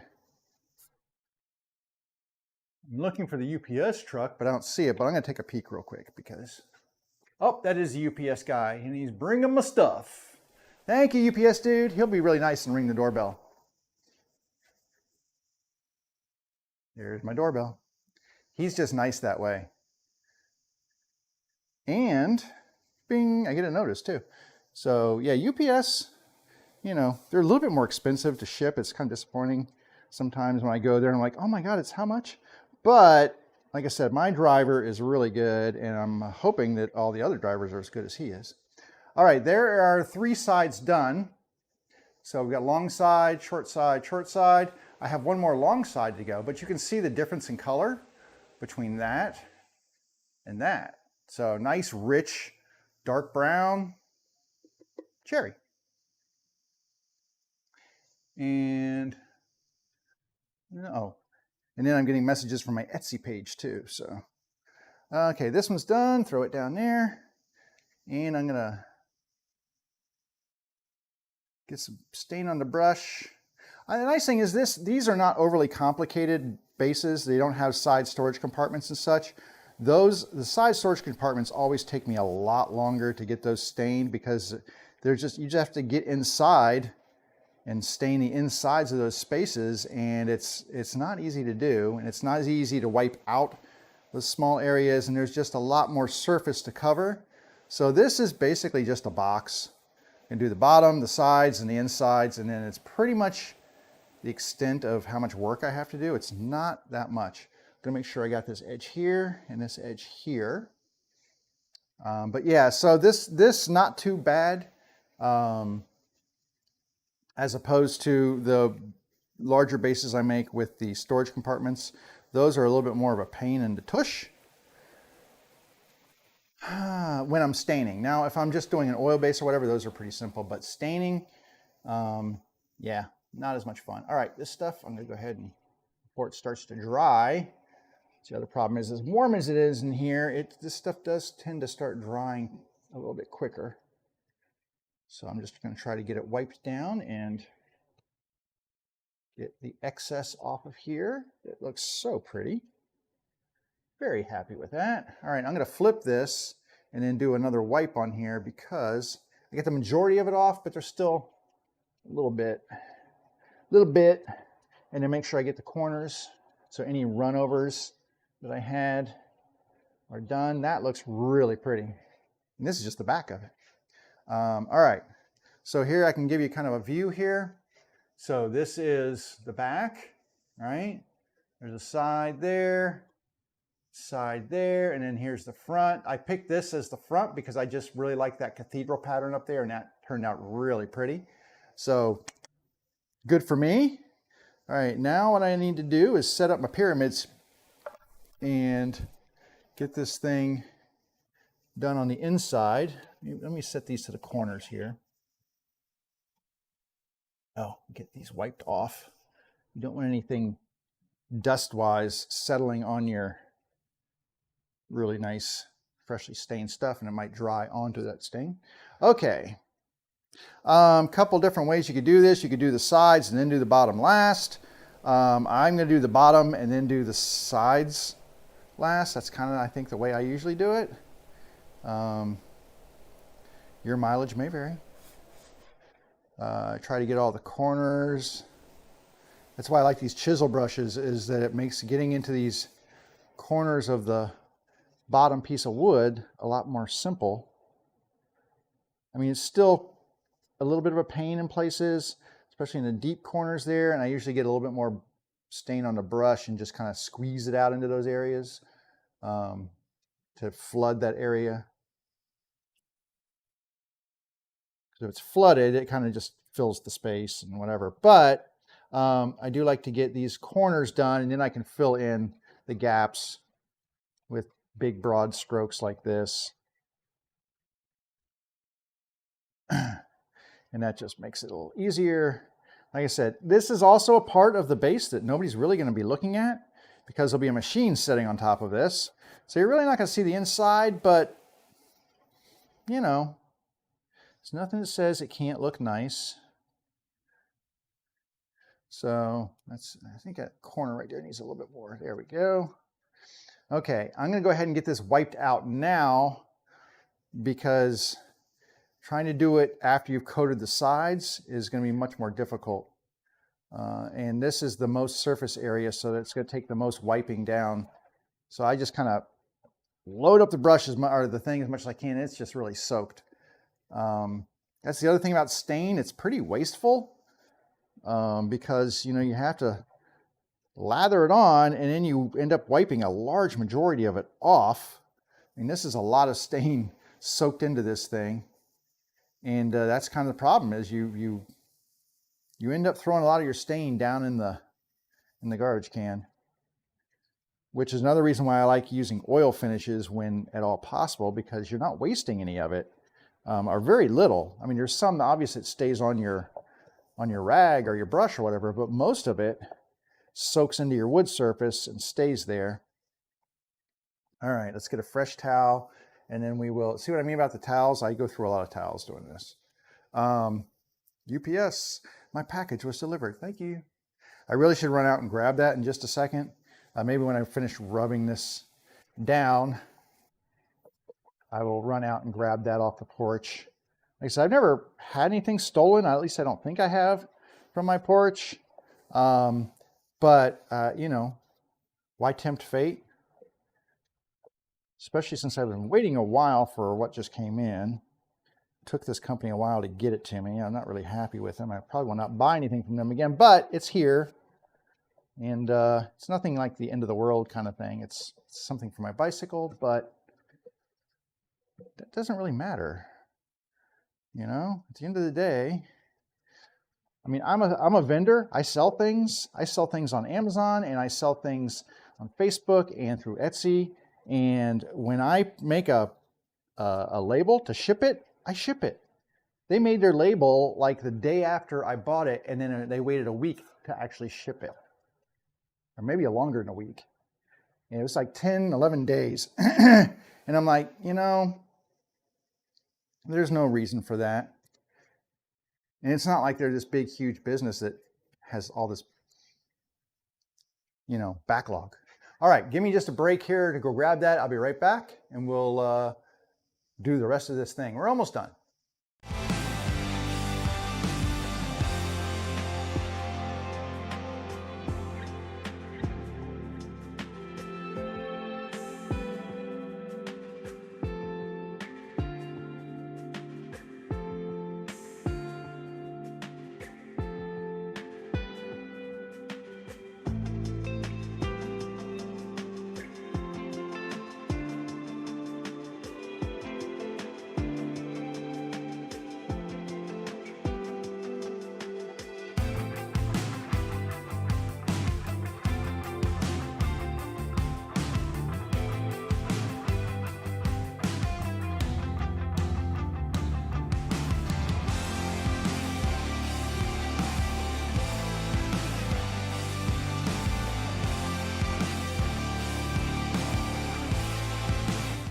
Okay, I'm back. Thank you for that short break. Yeah, and I'm not going to go really long today, so I think after we get this finished, we will be good for the day.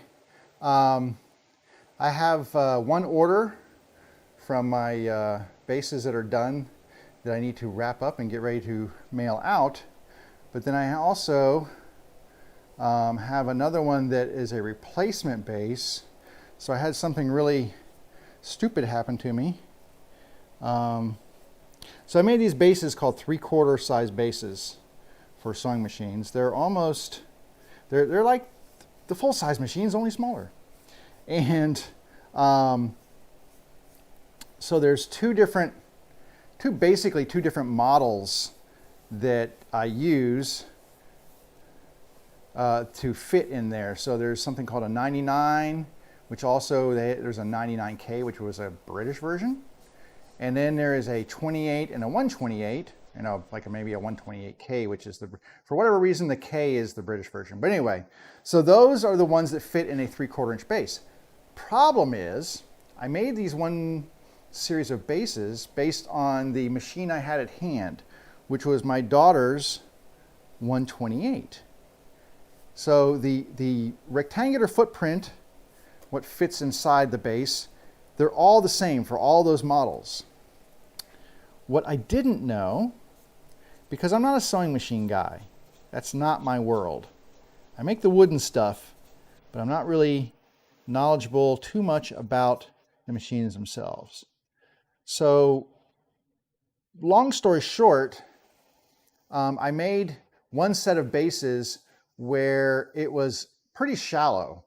More shallow than I normally do. Usually my bases, not these, but usually my regular bases are about 3 inches in depth. And that accommodates the big machines that I make. And so those for the large boxes, and I usually just use the same measurement for the 3/4 size machines. But I had some wood, I had some sycamore, and it was thin.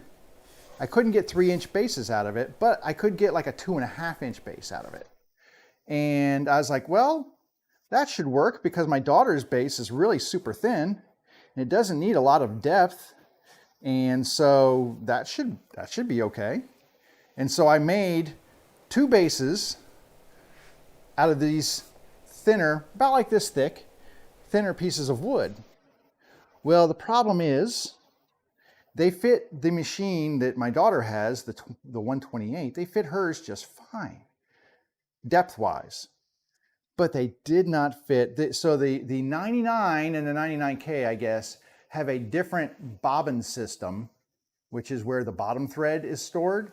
They have what's called a round bobbin, and that makes those machines about 1/4 of an inch deeper, maybe not even that much, 1/8 to 1/4 of an inch deeper than the 128 machine, which is what I use to measure. So the lady gets it and she's like, it's beautiful, I love it, but it doesn't fit. My machine bottoms out on it. And I was like, holy crap, are you kidding me? Oh, dang it. So I had to do something which I really never like to do, which is a return. I hate doing returns.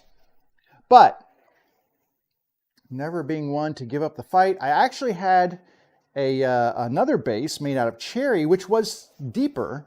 It's out of my normal size, like 3-inch size wood. And I asked her if she would be willing to swap it for that one, which was actually more expensive than the one that she bought because it had the Singer logo engraved in the side of it, and hers did not, and I charged more for that. And she's like, oh, that would be awesome. So that worked out. I mean, I have to send a label, and so there's a return label, and that costs a few bucks. Luckily, she's on the East Coast, and so it's not going to be crazy. I think it's like $8 or $9 for that. But then I also have to pay like $8 or $9 to send the replacement base to her. Now that's, a lot cheaper than getting the giving them $90 back or whatever it was. So anyway, I did have that happen, which, that's the first time, and I didn't really realize that there was a difference in it. And I asked my wife, she's like, oh yeah, it's a little deeper. It has a different bobbin design to it. And I was like, what? No one ever told me. She's like, yeah, you should use the other machine in the office for doing the measurements. And I was like, well, now I know. So anyway, I know that now, and I won't make that mistake again. Sad thing is I had sold, like I said, I had made 2 of them that were that size, right? And I just shipped the other one. So I was like on the email to the lady going, we might have a problem. What kind of machine are you going to put in there? Luckily, though, she's going to use a 128, which is what my daughter has. And I know for a fact that fits perfectly because that's what I put in the base to take pictures. So that fits just fine.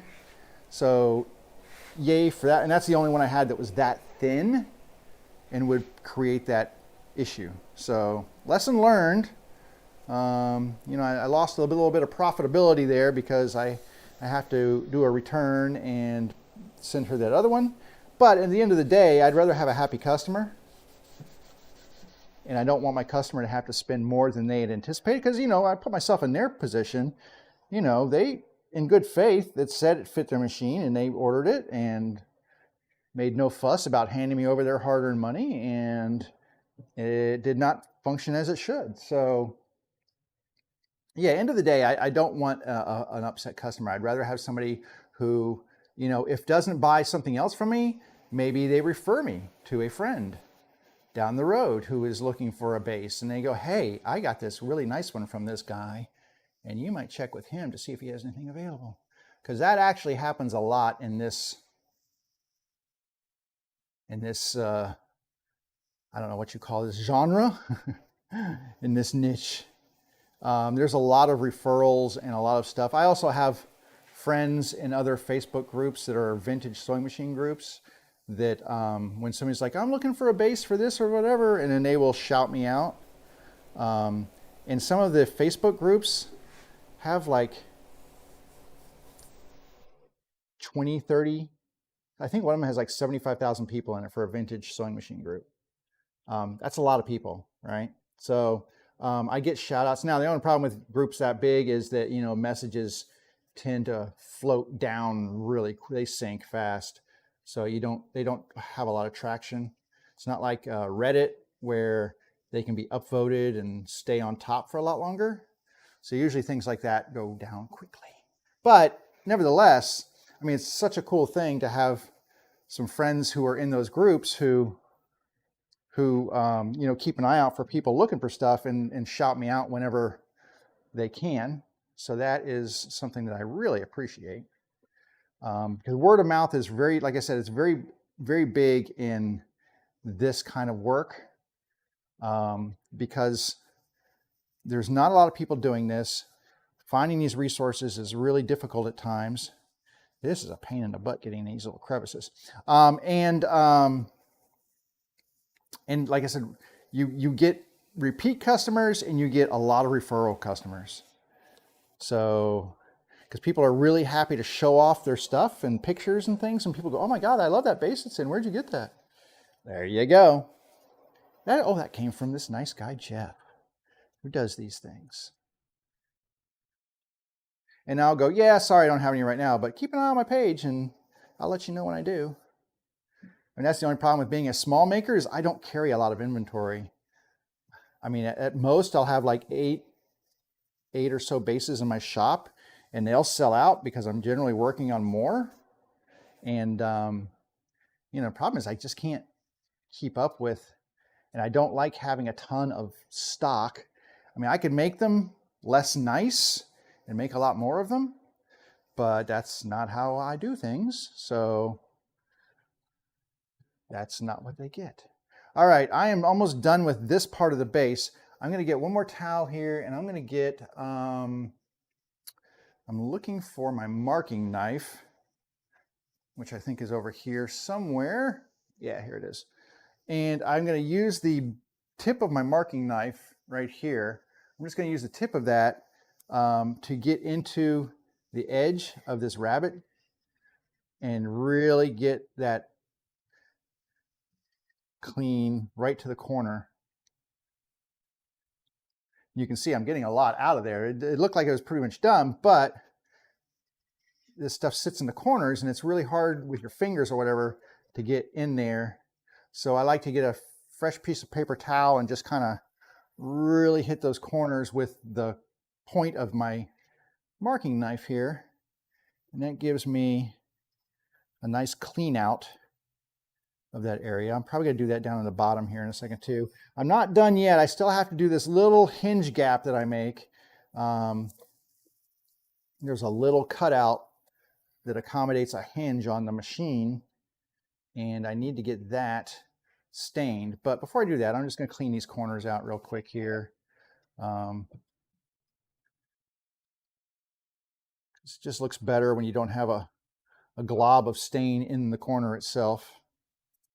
And I can really get really tight in there with my marking knife, and it looks much better. Okay, last thing to do is this little teeny area here, and I'm going to load up a little bit of stain on the corner of my brush here and just kind of let it soak down in there because it's really hard to get a brush inside there. So I'm just going to try to soak it in there as much as I can, just kind of get it pool up inside there.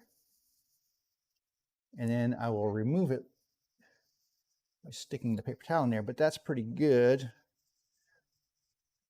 It's hard to get it in there. I don't have a brush that small, so I just kind of let it pool inside, and then I'll go in with my paper towel and just kind of try to clean it out as best I can.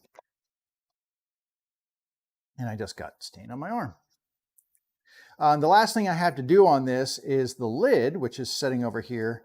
I have not touched the lid yet, so we will get the lid in just a second. I just want to get these more difficult areas done. The lid is really straightforward and easy to do. But this stuff is kind of a pain.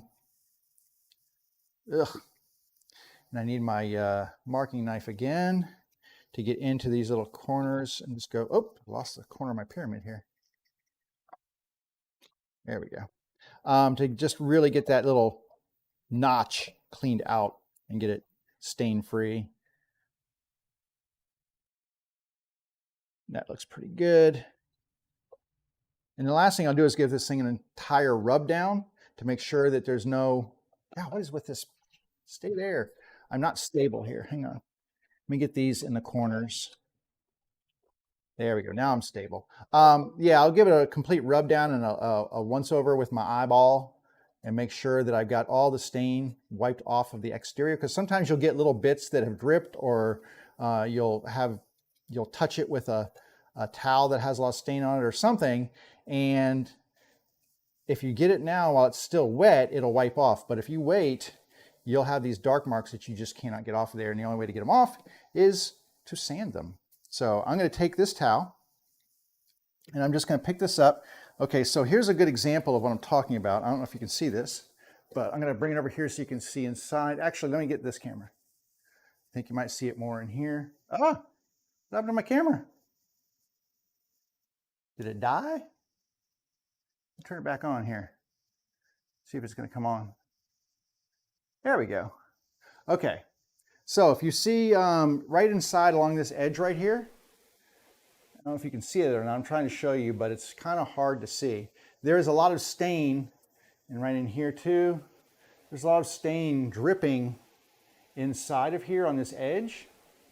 And I want to make sure I get all that cleaned off because it's the only chance I have.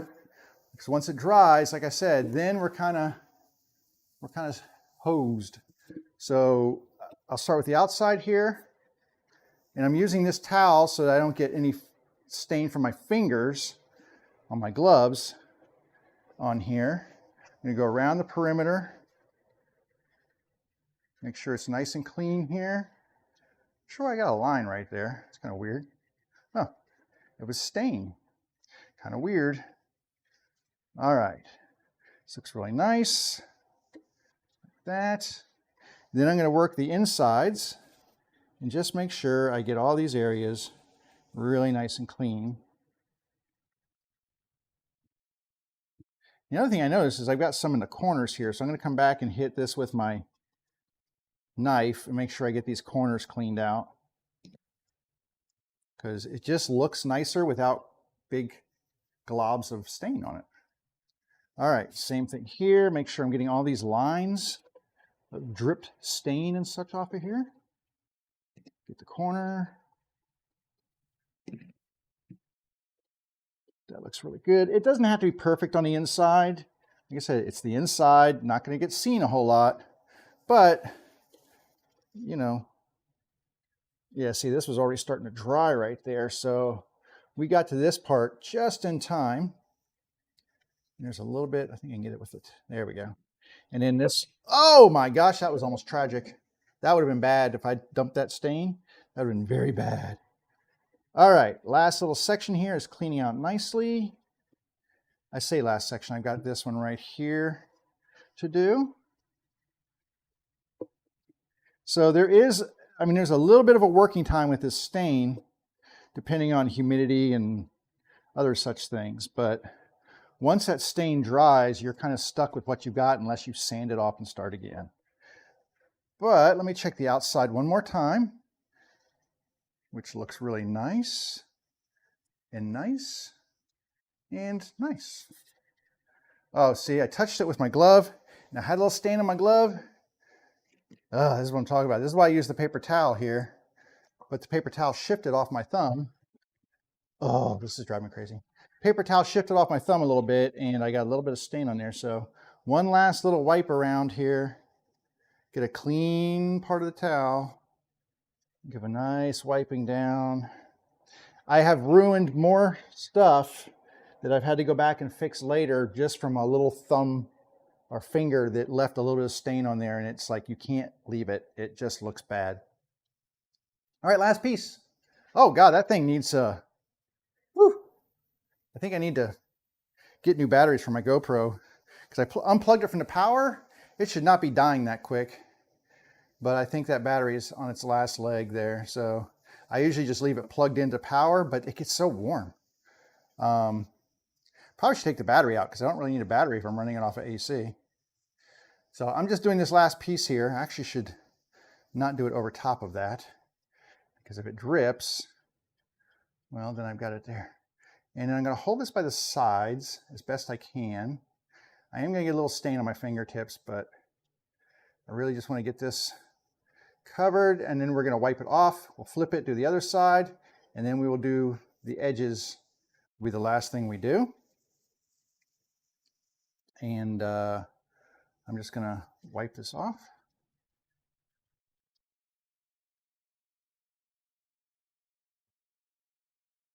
Wipe it off. And I'm getting it all over my fingers, but that's okay. We will clean it up when we're done. But anyway, it's a little lighter than I like, but I find that sometimes that's what I get with these pieces. It's hard. Anyway, it looks pretty good, right? There you go. So that will sit inside here like this. It'll look very lovely. I'm going to do the other side now. A little less stain on here maybe. and get this side cleaned up. Yeah, the lids take very little time to do. There's nothing to them really. I mean, there's two sides. And then by the time I actually get the stain on there, it's time for me to wipe it off, which is what I do. So wipe the stain off. They say let it sit for 3 minutes. In my book, at least in where I am, 3 minutes is too long. It'll start to dry in 3 minutes, and you don't want that. You still want it to be wet so that you can push it around, move it around, get it cleaned up. All right, last part here are these edges, and I can actually hold it like this now and do 3 of these edges, or most of the edges. So I'm just going to use what's already on the brush. I'm not going to reload it. Doesn't need it. So I'm just going to do the edges here. Get this out of the way.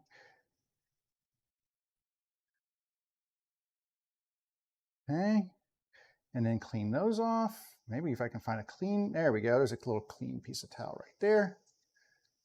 Those cleaned off.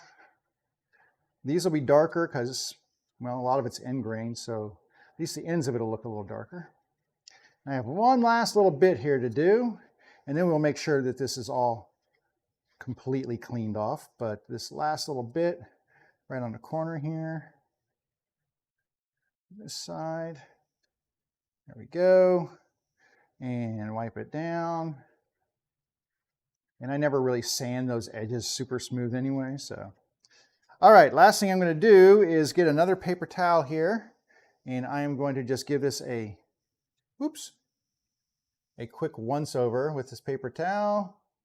It's nice and clean, and make sure that all of my bits look good. I'm holding it with this other paper towel because now I want to keep my fingers off of it. I do not want my fingers touching this because I know I've got stain on my fingers and that would not look good. And that is pretty much it in a nutshell. It looks nice. Looks very spiffy. It's going to go on there like that. But for right now, it's going to settle in these little pins and it's going to dry. And that's where we will leave this one. I have one more to do. Hopefully I'll have some time this afternoon to come back and do that. I'm going to just rest that right there. Hopefully I'll have some time this afternoon. I still have a lot of errand things to do today. Just a lot of stuff going on at this point in time. And I need to get to the post office. Usually, if I'm mailing out bases, if I just have one, it fits in my mailbox. I just leave it for my postman. If I have more than one, I usually go to the post office because I can't fit more than one in my mailbox, and I don't want to have to sit around all day trying to guess what time my postman's going to show up. Because he's a super nice guy, but his timetable is all over the place. So anyway, that is a couple of things we finished today. All right. Now this base will get lacquered. It is not done. I have to, that dust on it. I have to let the stain cure, for lack of a better word. I usually let it sit for a few days just to make sure it's completely dried and ready to roll.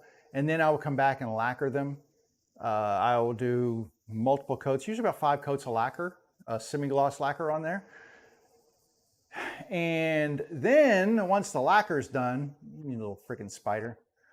Hang on a second. Where'd you go?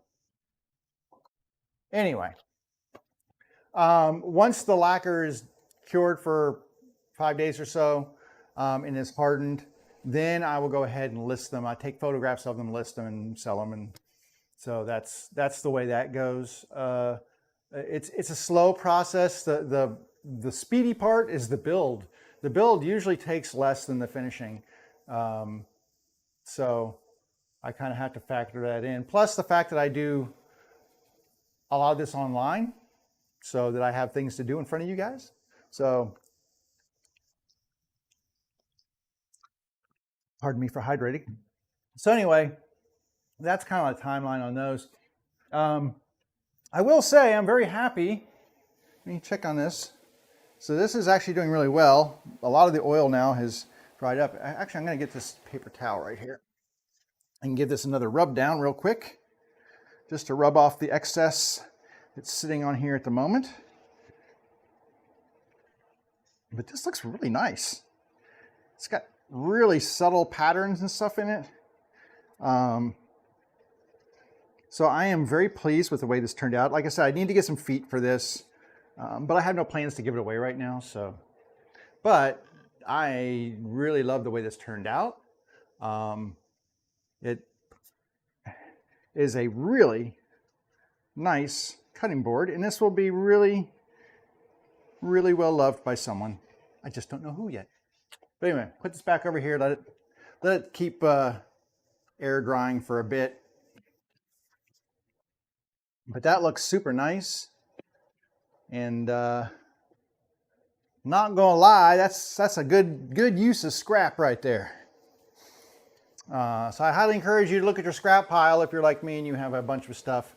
Do that. I think what I need to do is find some bigger pieces of scrap, and maybe we'll do a bandsaw box. I haven't done a bandsaw box in a while. And if you don't know what a bandsaw box is, I've got one here that I wasn't happy with, but I'll show you what it looks like. Let me wipe it off because it's kind of gross right now. And this needs to be finished, but this is a bandsaw box. So this box right here, it's got a little undercut and stuff. It's just kind of a nice little box. So what I did was I took 1, 2, 3, 4, 5 pieces of wood, and I glued them together. I mean, this is nothing. This is like some oak, some weird oak, and some pine, I think. It was just 5 boards that I had. Glued them together to make a block of wood. And then what you do is you take this through your bandsaw and you cut the back edge off. So this piece right here, this was split, and then this piece was set aside. Then what you do is you put this on like this, and you cut through here and you cut out a drawer. So that's what this is. So this was a solid chunk of wood cut out of here. So now I've got, then you can take that piece you cut off the back and you glue that back on. So now I've got this open cavity right here. There's a piece of paper on here because I used a pattern to draw this out, and all I have to do is sand this down and that will go away. But anyway, so this was glued back on so that if you do it right, it's very hard to even see the glue line here. So that's the container for the box, for the bandsaw box. This chunk of wood that we're left with, what we do is we cut this side off right here. We cut that edge off and we cut that edge off. So we just run it through the bandsaw and cut those edges off. We set those aside. Then we cut in and cut a scoop area out. So you can see this is actually a drawer. Then we glue those sides back on. Now we have a little drawer right here that's all good to go. Fits inside here. Boop. You can put a little handle on here, sand it, stain it, do whatever. And that's a bandsaw box. Some people get super fancy with them. I am not a super fancy kind of guy, so you're not gonna get that from me. But there are people who make jewelry boxes and do, whoa, I did not want that to happen, that do